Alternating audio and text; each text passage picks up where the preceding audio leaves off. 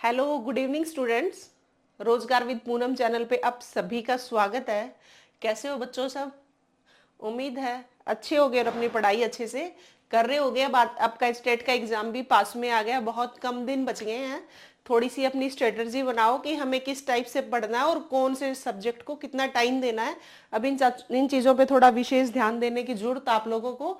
और हम साइकोलॉजी पढ़ ही रहे थे, साइकोलॉजी तो मैं कंप्लीट करा दूंगी, लेकिन और जितने सब्जेक्ट्स हैं और एक आपका सब्जेक्ट जो स्पेसिफिक 60 मार्क्स का आएगा उस पर भी आपको अच्छे से ध्यान देना है, ताकि आपका वहां से अच्छा स्कोर कर सको, ताकि अच्छे से आपका स्टेट निकल सके। ठीक है। और देखो हम पढ़ रहे थे साइकोलॉजी के लर्निंग टॉपिक की थ्योरीज, और थ्योरीज में भी हम मोस्ट इंपोर्टेंट थ्योरी स्टार्टिंग में बताई थी मैंने 4-5, वो हम कंप्लीट कर चुके हैं। अच्छा, एक और बात बतानी थी, जो थ्योरीज है ना भाई, उनके नाम चेंज होते हैं। जैसे इस थ्योरी का क्या नेम है, इस थ्योरी का क्या नेम है, जो मैंने एक्स्ट्रा एक ही थ्योरी के बहुत सारे नाम बताए थे ना, तो उन सभी नाम को आपको ध्यान में रखना है कि किसका क्या नाम है, दूसरा नाम जो है वो आपको याद रखना है। ठीक है।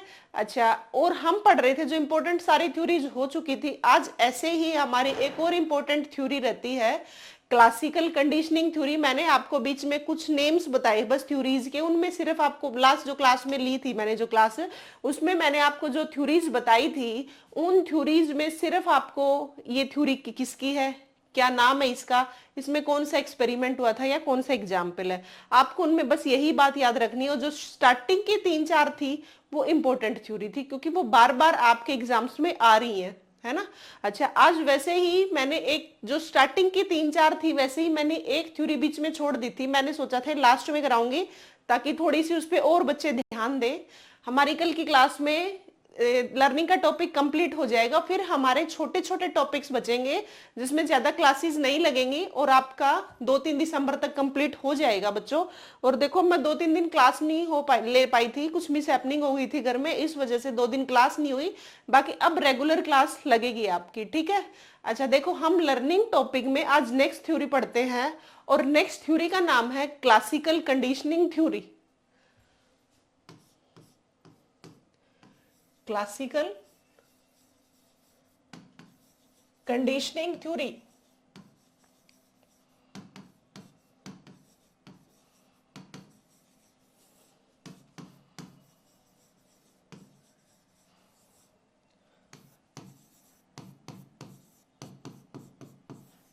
शास्त्रीय अनुबंधन का सिद्धांत।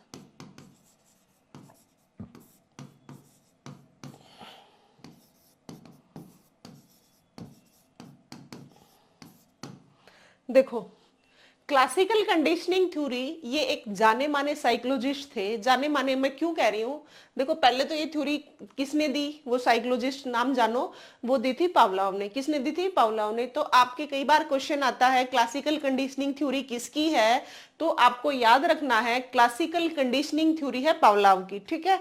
अच्छा देखो, मैं इनको जाने माने साइकोलॉजिस्ट क्यों बोल रही हूँ, क्योंकि इन्होंने 1904 में 1904 में इनको नोबेल प्राइज मिला था। इन्होंने एक डाइजेस्टिव सिस्टम पे काम किया था, और उसके लिए इनको क्या मिला था? नोबेल प्राइज मिला था। और आपको पता भी होगा नोबेल प्राइज हर किसी को नहीं मिल सकता, इसलिए कि जाने माने साइकोलॉजिस्ट थे। ठीक है। इसका नाम क्या है? क्लासिकल कंडीशनिंग थ्योरी, शास्त्रीय अनुबंधन का सिद्धांत। ये थ्योरी किसने दी थी? Given by Pavlov. English Hindi में नाम आपको पता ही है, सेम होते हैं, ऐसे लिख लो, पावलोव। ठीक है। क्लासिकल कंडीशनिंग थ्योरी, इसका हिंदी एक और नाम देखो है प्रत्यावर्तन, प्रत्यावर्तन प्रतिवर्ती सिद्धांत। इसी का नाम है रिस्पोंडेंट थ्योरी। ये सारे नेम्स भी आपको पता लग जाएंगे, ये नेम्स इनके ऐसे क्यों होते। देखो मैं आपको पीछे क्लासेस में बता रही थी, हर थ्योरी के जो एक्स्ट्रा नेम्स बता रही थी उनमें आपको पता भी लग रहा होगा कि जो एक्स्ट्रा नेम बता रही उनके पीछे कोई ना कोई रीजन है कि ये ऐसा क्यों है, इसका नाम ऐसा क्यों पड़ा। तो सारे रिलेट करके थे, कहीं ना कहीं उनके एक्सपेरिमेंट थे, उसी से रिलेटेड उनके एक्स्ट्रा नेम्स थे। ऐसे ही इनके भी एक्स्ट्रा जो एक्सपेरिमेंट हुए हैं उन्हीं से रिलेटेड क्या इनके एक्स्ट्रा नेम्स हैं, उन्हीं पे बेस्ड है ये एक्स्ट्रा जितने भी नेम्स है। तो इसका एक नाम है रिस्पोंडेंट थ्योरी। ठीक है, लिखते चलना है जितने भी एक्स्ट्रा नेम है। क्लासिकल कंडीशनिंग थ्योरी, और एक है एस टाइप थ्योरी। आगे पता चलेगा इसका रिस्पोंडेंट थ्योरी नाम क्यों है, एस टाइप थ्योरी नेम क्यों है इसका। एस टाइप थ्योरी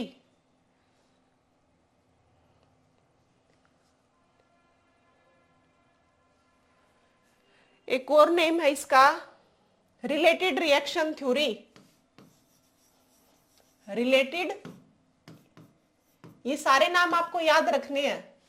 इसमें आएगा क्या, इसमें यही आएगा, या तो इसका एक्स्ट्रा नेम पूछ लेंगे, या एक्सपेरिमेंट में यूसीआर किसने दिया, सीएस किसने दिया, यूसीएस किसने दिया, इसमें ये क्वेश्चन आते हैं मेनली। रिलेटेड रिएक्शन थ्योरी, जो कि आगे समझ आ जाएगा क्या है यूसीएस यूसीआर। संबंध प्रतिक्रिया का सिद्धांत, संबंध प्रतिक्रिया का सिद्धांत।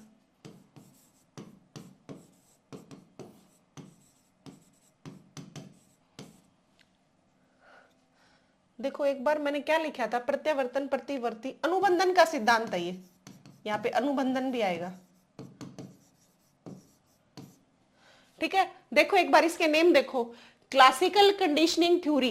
ये क्लासिकल कंडीशनिंग थ्योरी किसने दी, ये दी थी पावलोव ने।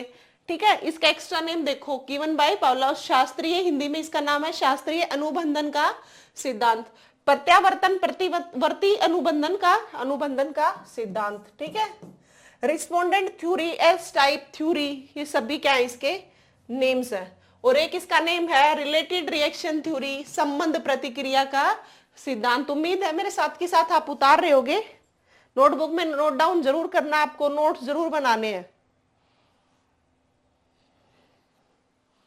इनको 1904 में नोबेल प्राइज मिला था, और एक्सपेरिमेंट किस पे था, डाइजेस्टिव सिस्टम पे। लिख लो, वैसे तो आता तो नहीं है ये क्वेश्चन, बट क्या पता पूछ भी ले। नोबेल प्राइज मिला था इनको 1904 में। अच्छा, इनका एक्सपेरिमेंट किस पे था, इनका जो एक्सपेरिमेंट है ना वो था कुत्ते पे। किस पे था, कुत्ते पे था इनका एक्सपेरिमेंट।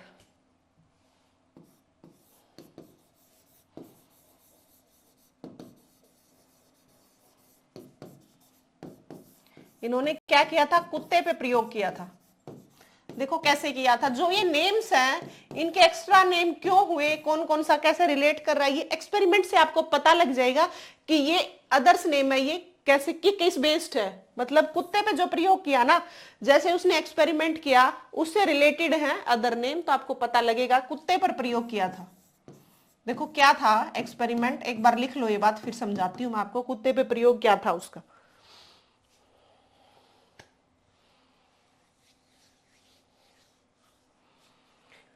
देखो पावलोव ने एक लिया पिंजरा, ये था भाई उसका पिंजरा। ठीक है, इसके अंदर एक था कुत्ता। भाई मेरी ड्राइंग तो अच्छी है नहीं बच्चों, तो फिर मैं ऐसे इसको समझ लो, ये क्या है, डॉग है,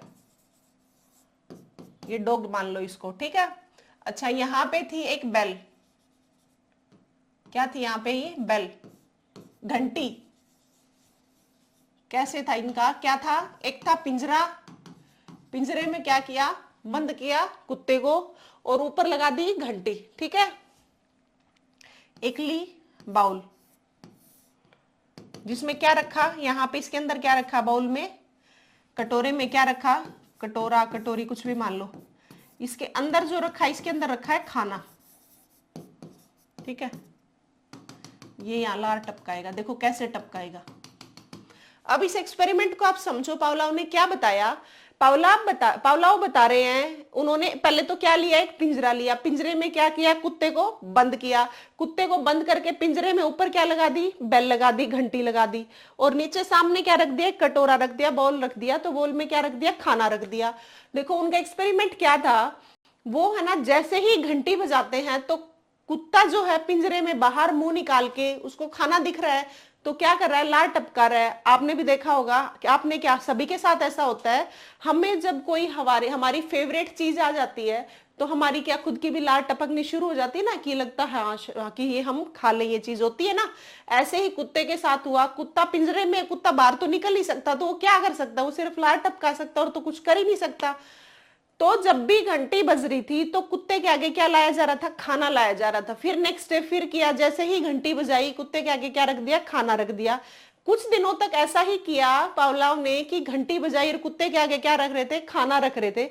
क्या समझ आया पावलोव को कि जैसे ही हम घंटी बजाते हैं, बेल बजाते हैं और खाना क्या रख देते हैं, खाना रख देते हैं, तो कुत्ते को क्या लगता है कि मेरा अब खाना आ रहा है और लार टपकानी शुरू कर देता है। इसका मतलब कुत्ते को आइडिया हो चुका था कि घंटी बजते ही मेरे आगे क्या आएगा, खाना आएगा। लेकिन कुछ दिनों बाद पावलोव ने क्या किया कि घंटी तो बजाई लेकिन खाना नहीं दिया। ठीक है, फिर नेक्स्ट डे फिर ऐसा ही किया कि घंटी बजाई और खाना नहीं दिया। आप जो मैं बातें बोल रही हूँ उनको ध्यान से सुनना, इससे रिलेटेड क्वेश्चन बनेगा, ध्यान से सुनते चलना एक एक बात।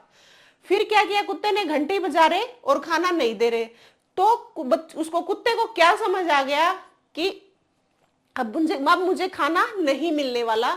कि फिर उसने क्या किया, थोड़े दिनों बाद क्या हुआ, उसके साथ लार टपकनी क्या हो गई, बंद हो गई। ठीक है, तो जब बेल बज रही थी तो कुत्ते के आगे क्या आ रहा था, खाना आ रहा था।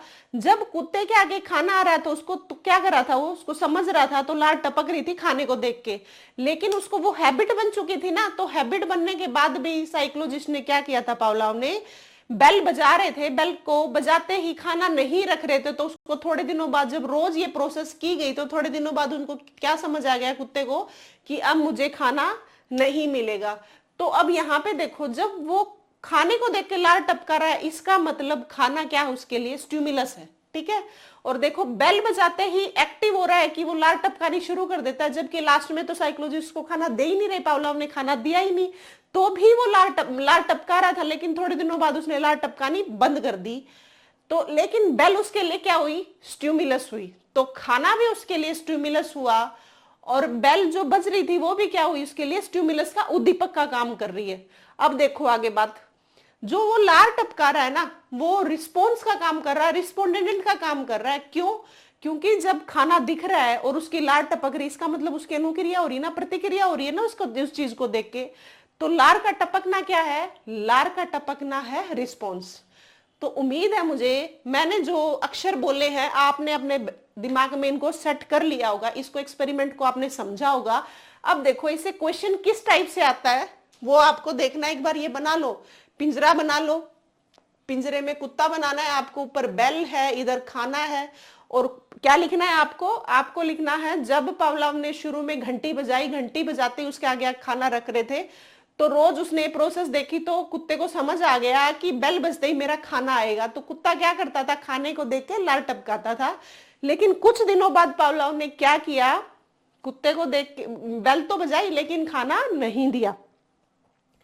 तो फिर क्या कुत्ते को समझ आ गया था, क्या समझ आया कि मुझे खाना नहीं मिलेगा, तो उसने थोड़े दिनों बाद लार टपकानी बंद कर दी। ठीक है, लिख लो एक बार ये बातें।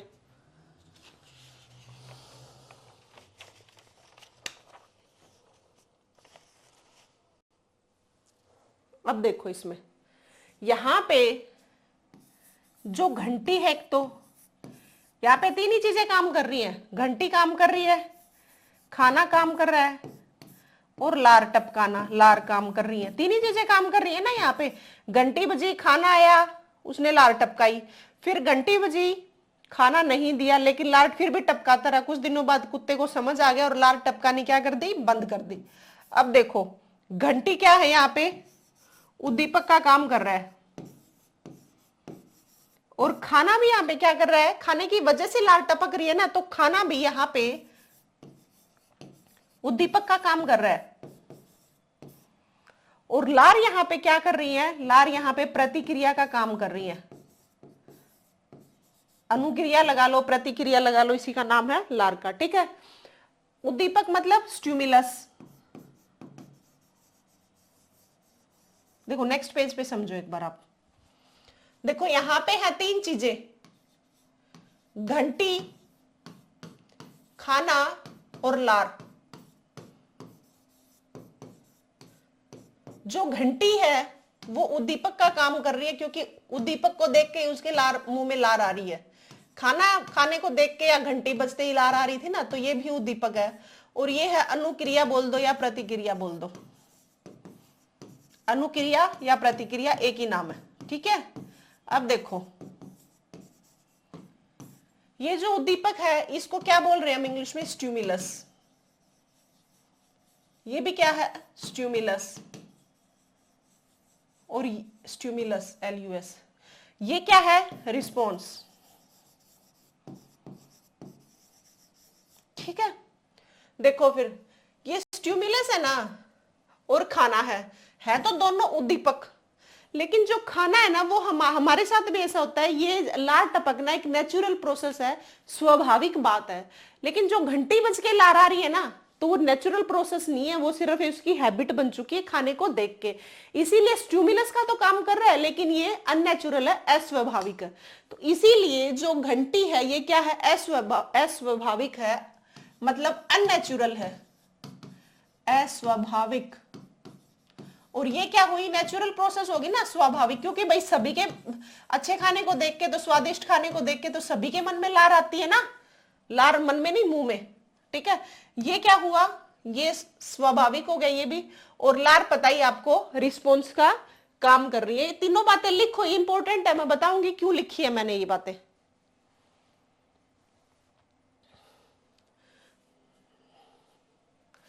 अब देखो ये तीनों चीजें है ना, ये आती हैं जो लार थी, सॉरी क्या थी स्टार्टिंग में? घंटी। एक तो थी घंटी।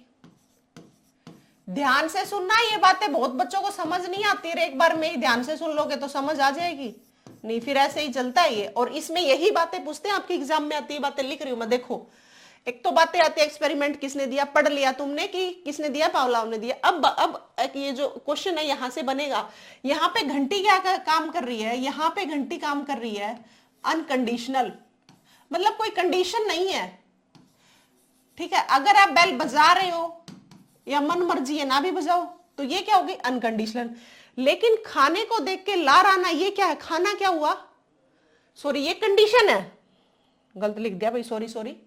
ये क्या है? कंडीशन है। भाई आप बेल बजाओ ना बजाओ आपके ऊपर ही है ना, भाई कंडीशन है कि भाई बेल बजा दी तो खाना आ गया, और खाने को देखे क्या हो गया? लार। लेकिन जो खाना आना उस पर कोई कंडीशन नहीं है भाई, हमारे भी तो स्वादिष्ट खाने को देख के क्या आती है? लार आती है। तो इसमें कोई क्या है? कंडीशन नहीं है, इसीलिए इसका नाम है अनकंडीशनल।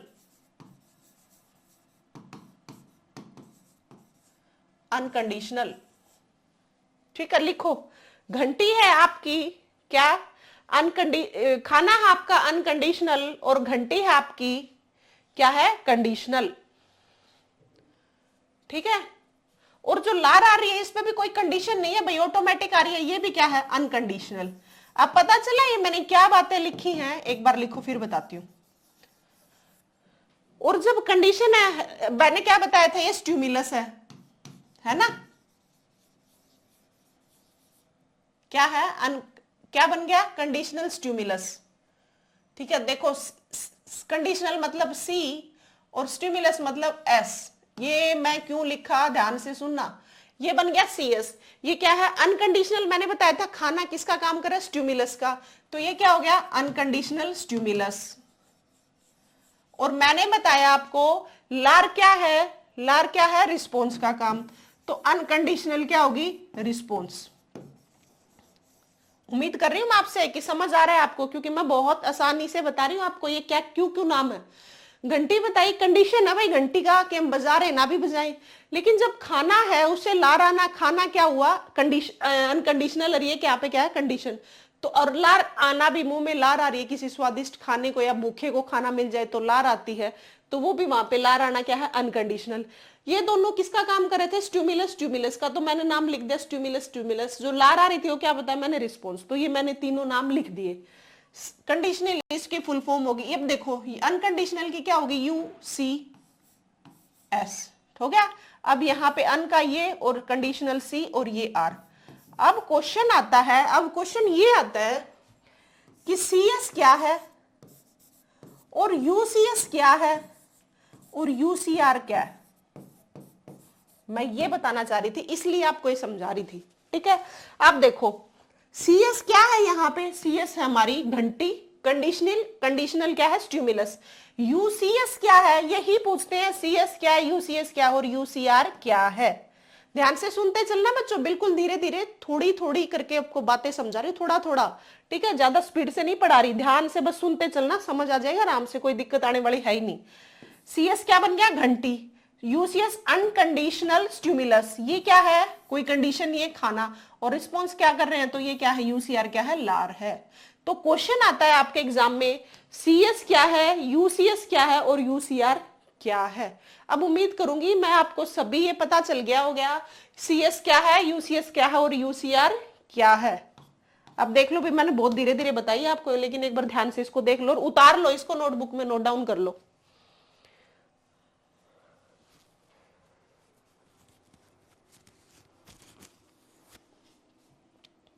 देखो अब यहां पे जो स्टिमुलस और रिस्पॉन्स है ना भाई, स्टिमुलस को देख के क्या है, उद्दीपक को देख के क्या आप अनुक्रिया कर रहा है कुत्ता।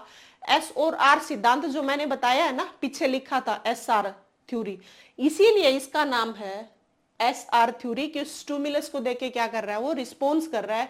इसीलिए उद्दीपक, मैंने आपको पहले भी फर्स्ट थ्योरी में बताया था, थॉर्नडाइक की थ्योरी में बताया था मैंने, SR theory, stimulus response theory. और मैंने वहां पे आपको ये भी लिखवाया था कि एक और SR थ्योरी आएगी, वो आएगी पावलाव की, बताया था पीछे, आपको याद होगा अगर आपने पढ़ा होगा तो।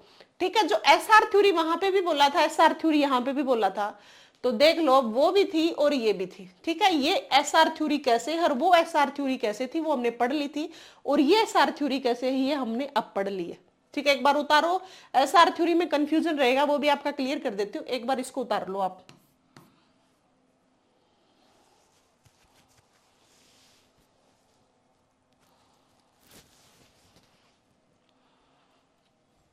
देखो उतार लिया होगा, CS